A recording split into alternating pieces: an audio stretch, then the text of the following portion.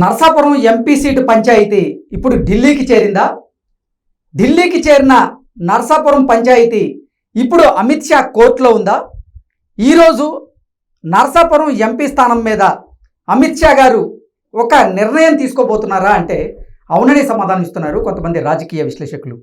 ఇక ఇదే అంశానికి సంబంధించి మనతో మాట్లాడేందుకు ప్రముఖ రాజకీయ విశ్లేషకులు, ప్రముఖ సీనియర్ జర్నలిస్ట్ సిఎస్ రావు గారు మనతో ఉన్నారు. సార్తో మాట్లాడదాం.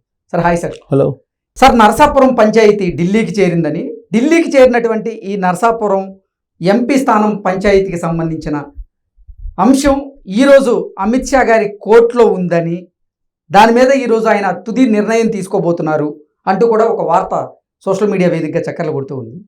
ఏంటి సార్ ఆ వార్తలో వాస్తవం ఉందా? సో ఒకటేంటంటే నర్సాపురం సంబంధించి రఘురామకృష్ణరాజుకి అక్కడి నుంచి పోటీ చేయడానికి అవకాశం అయితే ఇవ్వాలి అనేది కూటమిలో ఒక ప్రాథమిక నిర్ణయం అయితే జరిగిపోయింది. అందరూ కూడా ఏకాభిప్రాయంతో ఆ విషయంలో ఉన్నారు అనేది తెలుస్తుంది.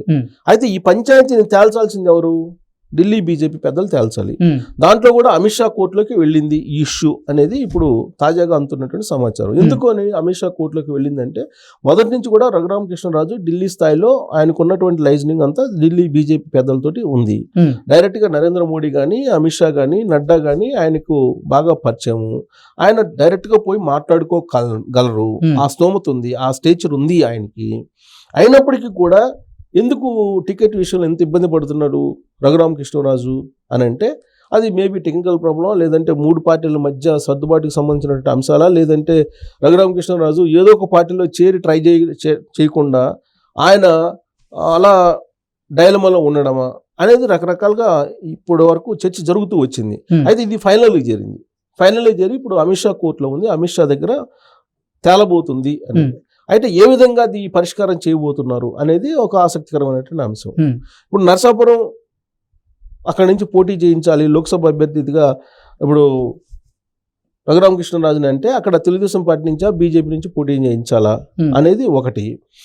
ఒకవేళ ఆయన బీజేపీ నుంచి పోటీ చేపిస్తే కనుక ఓకే, బీజేపీ నుంచి ఆయన కనుక అభ్యర్థిత్వాన్ని ఇస్తే బీజేపీ తరఫు నుంచి అక్కడి నుంచి పోటీ చేపిస్తారు. అప్పుడు అక్కడ ఇప్పుడు ఆల్రెడీ ప్రకటించినటువంటి శ్రీనివాస్ వర్మ ఇండివిజువల్గానే ఆయన వెనక్కి దగ్గుతున్నారని చెప్పి తెలుస్తుంది. అలాంటి సందర్భంలో ఆయన్ని అసెంబ్లీకి ఏదో ఒక అసెంబ్లీ కాన్స్టిట్యున్సీకి పోటీ చేయించడం, లేదంటే ఆయనకి ఎమ్మెల్సీ ఇస్తామని చెప్పి ముందే ప్రామిస్ చేయటం, ఇవి ఆప్షన్స్.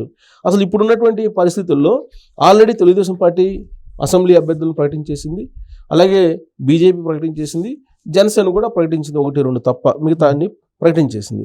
ఇలాంటి పరిస్థితుల్లో ఆల్రెడీ ప్రచారం చేసుకుంటున్నటువంటి అభ్యర్థుల్ని డిస్టర్బ్ చేయకుండా ఎమ్మెల్సీ ఆఫర్ ఇచ్చేసి శ్రీనివాస్ వర్మని ఇప్పుడు విత్రాజ్ వెనక్కి తీసుకొని బీజేపీ ఆ ప్లేస్లో రఘురామకృష్ణరాజుని పోటీ చేపిస్తే ఎలా ఉంటుంది అనేది బీజేపీ ఆలోచన.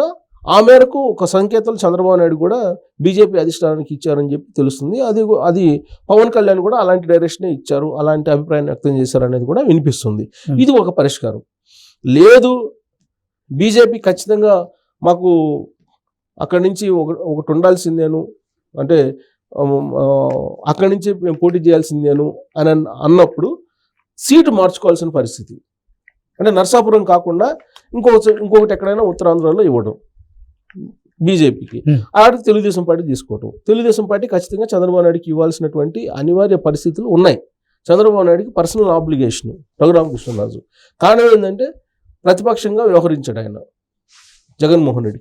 వైఎస్ఆర్ కాంగ్రెస్ పార్టీలోనే ఉంటూ వైఎస్ఆర్ కాంగ్రెస్ పార్టీ రెబల్ ఎంపీగా నిర్విరామంగా నిరంతరంగా ఆయన జగన్మోహన్ రెడ్డి పరిపాలన మీద, ప్రజా వ్యతిరేక విధానాల మీద పోరాటం చేస్తూనే ఉన్నారు. అది చంద్రబాబు నాయుడికి నచ్చింది. చంద్రబాబు నాయుడు ఎప్పుడైనా సరే ప్రజా వ్యతిరేక విధానాలపైన పోరాడినప్పుడు ఎవరినైనా కానీ ఆయన ఎంకరేజ్ చేస్తారు. అలాగే ఇప్పుడు రఘురామకృష్ణరాజుని కూడా ఆయన ఎంకరేజ్ చేశారు. రఘురామకృష్ణరాజుకి న్యాయం చేయాలి, అతను ఏదైతే అనుకున్నారో అది నెరవేర్చాలనేటువంటి అభిప్రాయంతో ఉన్నారు. ఎందుకున్నారు అంత స్ట్రాంగ్ ఒపీనియన్ తోటి అని అంటే, కూటమికి సంబంధించి ఇప్పుడు రఘురామకృష్ణరాజుకి కనుక సీటు ఇప్పించుకోలేకపోతే నర్సాపురం నుంచి అది జగన్మోహన్ రెడ్డికి అడ్వాంటేజ్ అయ్యేటువంటి అవకాశం ఉంది. ఎందుకంటే జగన్మోహన్ రెడ్డి ఏదో చక్రం తిప్పి ఢిల్లీలో రఘురామకృష్ణరాజుకి నర్సాపురం నుంచి పోటీ చేసే అవకాశం ఇవ్వకుండా అడ్డుపడ్డారు అనేది ఒకటి. ఇప్పుడు ఆ ప్రచారం చాలా బలంగా ప్రజల్లోకి వెళ్ళింది. ఫలితంగా ఏమైంది? కూటమిలో ఉండేటువంటి లోకలుకులు, లేదంటే కూటమి యొక్క బలహీనత అనేది చర్చించుకుంటున్నారు. కాబట్టి రఘురామకృష్ణరాజు కనుక అక్కడి నుంచి పోటీ చేయడానికి అవకాశం కల్పిస్తే అది బీజేపీ తరఫు నుంచైనా లేదా టీడీపీ తరఫు నుంచైనా ఆ అపవాదు అలాంటి అభిప్రాయం సమసిపోయేటువంటి అవకాశం ఉంది. కాబట్టి ఖచ్చితంగా నరసాపురం నుంచి రఘురామకృష్ణరాజుని పోటీ చేయించాలనేటువంటి ప్రయత్నం అయితే జరుగుతుంది. ఢిల్లీకి కూడా క్లియర్గా చెప్పేశారు చంద్రబాబు నాయుడు. ఆప్షన్స్ కూడా చెప్పారు. ఆప్షన్ 1 బీజేపీ ఇవ్వటం, శ్రీనివాస్ వర్మకి ఎమ్మెల్సీ ఇవ్వటం. ఆప్షన్ 2 ఒకవేళ నరసాపురం నుంచి మీరు కనుక మీరు ఇవ్వలేకపోతే నేను ఇస్తాను తెలుగుదేశం పార్టీ తరఫు నుంచి, కాబట్టి మీరు ఇంకో చోట తీసుకోండి అని. ఎక్కడ తీసుకోవాలి? ఇంకో చోట. ఏలూరు తీసుకోవాలి. ఏలూరుని ఎందుకు ప్రతిపాదిస్తున్నారు సెకండ్ ఆప్షన్ కింద అంటే, ఆల్రెడీ అక్కడ ఏలూరు సంబంధించి కొంచెం పుట్ట మహేష్ అక్కడ ఉన్నారు కాబట్టి అక్కడ యనమల రామకృష్ణుడి ఫ్యామిలీ, యనమల రామకృష్ణుడి ఫ్యామిలీకి 4 అవకాశం ఇచ్చారు తెలుగుదేశం పార్టీలో. ఏ నాయకుడి కుటుంబానికి ఇవ్వనటువంటి ప్రాధాన్యం యనమల రామకృష్ణుడికి ఇవ్వడం జరిగింది. యనమల రామకృష్ణుడు వరుసగా ఓడిపోతూ వస్తున్నాడు. అయినప్పటికీ కూడా ఆయన ఫ్యామిలీకి 4 ఇవ్వటం ఏంటి అనేటువంటి ఒక వ్యతిరేకత తెలుగుదేశం పార్టీలోనే అంతర్గతంగా జరుగుతూ ఉంది చర్చ. అలాంటప్పుడు ఈ చర్చకి కూడా ఫుల్ స్టాప్ పడినట్టు అవుతుంది. ఇక్కడ రఘురామకృష్ణరాజుకి అవకాశం ఇచ్చినట్టు అవుతుంది తెలుగుదేశం పార్టీ అనేటువంటి యాంగిల్లో ఒక వర్షన్ వినిపిస్తుంది. ఆ క్రమంలో రెండో ఆప్షన్ కింద రఘురామకృష్ణరాజుని తెలుగుదేశం పార్టీ నుంచి నరసాపురం నుంచి పోటీ చేయిస్తే అప్పుడు ఏలూరు బీజేపీకి ఇచ్చేస్తే ఏలూరు అభ్యర్థిని కూడా బీజేపీ తరఫు నుంచి ఎవరినో ఆల్రెడీ సూచించడం జరిగింది. సో అది కనుక అయితే సెకండ్ ఆప్షన్ కింద అప్పుడు బీజేపీ ఏలూరుకి వెళ్ళేటువంటి అవకాశం ఉంది. సో అప్పుడు శ్రీనివాసవరం ఏం చేయాలి? శ్రీనివాసవరంకి అప్పుడు ఎమ్మెల్సీ ఆఫర్ అయితే ఉండదు. ఎందుకంటే ఆల్రెడీ ఈ నరసాపురం లోక్సభ స్థానం బదులు ఏలూరు లోక్సభ స్థానం ఇచ్చింది కదా తెలుగుదేశం పార్టీ. అలాంటప్పుడు ఆయనకి ఎమ్మెల్సీ ఆఫర్ అయితే ఉండదు. ఒకవేళ అలాంటప్పుడు శ్రీనివాసవరంను సాటిస్ఫై చేయడానికి బీజేపీయే సెంట్రల్ లెవెల్లో ఏదైనా కార్పొరేషన్ పదవి ఇచ్చేసి పక్కన పెట్టేటువంటి అవకాశం అది బీజేపీ చేసుకోవాలి సెకండ్ ఆప్షన్ అయితే కనుక. ఇక థర్డ్ ఆప్షన్ ఏంటి?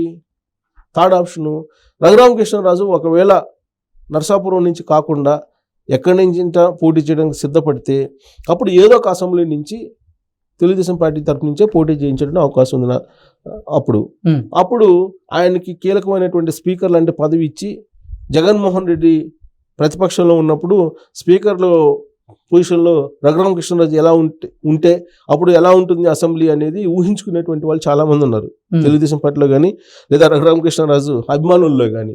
సో ఆ యాంగిల్లో ఆలోచిస్తే కనుక రఘురామకృష్ణరాజు ఏదో ఒక ఎమ్మెల్యే సీట్ నుంచి అసెంబ్లీ సీట్ నుంచి పోటీ చేసి ఆయన్ని స్పీకర్ చేస్తే ఎలా ఉంటుంది అనేది థర్డ్ ఆప్షన్. సో ఆయన అయితే దానికి ఒప్పుకోవట్లేదు. ఆయన స్టేచర్ తగ్గుతుంది, నాకు ఎమ్మెల్యేగా పోటీ చేస్తే నేను ఎంపీగానే వెళ్ళాలి అనేటువంటి ఒక ఆలోచన ఆయన చేస్తున్నట్టు ఉంది. ఎందుకంటే కేంద్రంలో ఎన్డీఏ అధికారంలోకి వచ్చే అవకాశం ఉంది, రాష్ట్రంలో ఎన్డీఏ అధికారంలో వచ్చే అవకాశం ఉంది, అప్పుడు కేంద్ర పదవి వచ్చేటువంటి అవకాశం ఉంది అనేది ఒకటి ఆయనకి బహుశా అలాంటి విజన్ ఉండి ఉంటుంది. ఆ విజన్ కనుక సాకారం కావాలంటే బీజేపీ నుంచే నరసాపురం నుంచి పోటీ చేయడానికి రఘురామకృష్ణరాజే ప్రయత్నాలు చేయాలి. ఎందుకంటే ఢిల్లీలో లాబింగ్ చేసేటువంటి సత్తా ఉంది కూడా రఘురామకృష్ణరాజుకి. సో ఆయన కనుక బీజేపీ తరఫు నుంచి నరసాపురం నుంచి పోటీ చేయగలిగితే ఖచ్చితంగా ఆయన కేంద్ర మంత్రి అయ్యేటువంటి అవకాశం ఉంది, బీజేపీతో లైజనింగ్ చేసుకోగలిగితే. అలా కాకుండా చంద్రబాబు నాయుడు మీద ఒత్తిడి తీసుకొచ్చి చంద్రబాబు నాయుడుదే బాధ్యత అని చెప్పి ఒత్తిడి తీసుకొస్తే అన్ని మార్గాల నుంచి ఒత్తిడి వస్తుంది చంద్రబాబు నాయుడుకి. ఆయన కూడా చంద్రబాబు నాయుడు మీద ఒత్తిడి తీసుకొస్తే తెలుగుదేశం పార్టీ నుంచి పోటీ చేసినంత మాత్రాన కేంద్ర మంత్రి పదవి వస్తుందని నమ్మకం లేదు. ఎందుకంటే తొలి నుంచి ఇప్పుడు రామ్మోహన్ లాంటి వాళ్ళు ఉన్నారు, శ్రీకాకుళం రామ్మోహన్, అలాగే వైజాగ్ భరత్, వీళ్ళందరూ ఉన్నారు. వీళ్ళని కాదని రఘురామకృష్ణరాజు కేంద్ర మంత్రి పదవి వచ్చే అవకాశం ఉండదు. కాబట్టి రఘురామకృష్ణరాజు ఏదైతే అనుకుంటున్నారో అది నెరవేరాలంటే బీజేపీ తరఫు నుంచి నరసాపురం నుంచి పోటీ చేయడం ఒక్కటే మార్గం. ఆ దిశగా ఆయన లైజనింగ్ చేసుకుంటే బెటర్. ఇప్పుడు ఆల్రెడీ పంచాయతీ అమిత్ షా దగ్గర ఉంది కాబట్టి అమిత్ షా తోటి లైజనింగ్ చేసుకుని ఆయన నరసాపురం నుంచి ఎంపీగా పోటీ చేయించేటువంటి వెసులుబాటు కల్పించుకుంటే లైజనింగ్ చేసుకొని బెటర్ ఆప్షన్ అవుతుంది ఆయనకి. అప్పుడు శ్రీనివాసవరంకి ఎలాగో తెలుగుదేశం పార్టీ ఎమ్మెల్సీ ఆఫర్ ఇస్తుంది కాబట్టి అదే జరిగేటువంటి అవకాశం ఉంది. అదే ఢిల్లీ పంచాయతీ కూడా అలాంటి దిశగానే వెళ్ళేటువంటి ఛాన్సెస్ కనిపిస్తున్నాయి అనేది ఇప్పుడు నరసాపురం టాక్. ఓకే.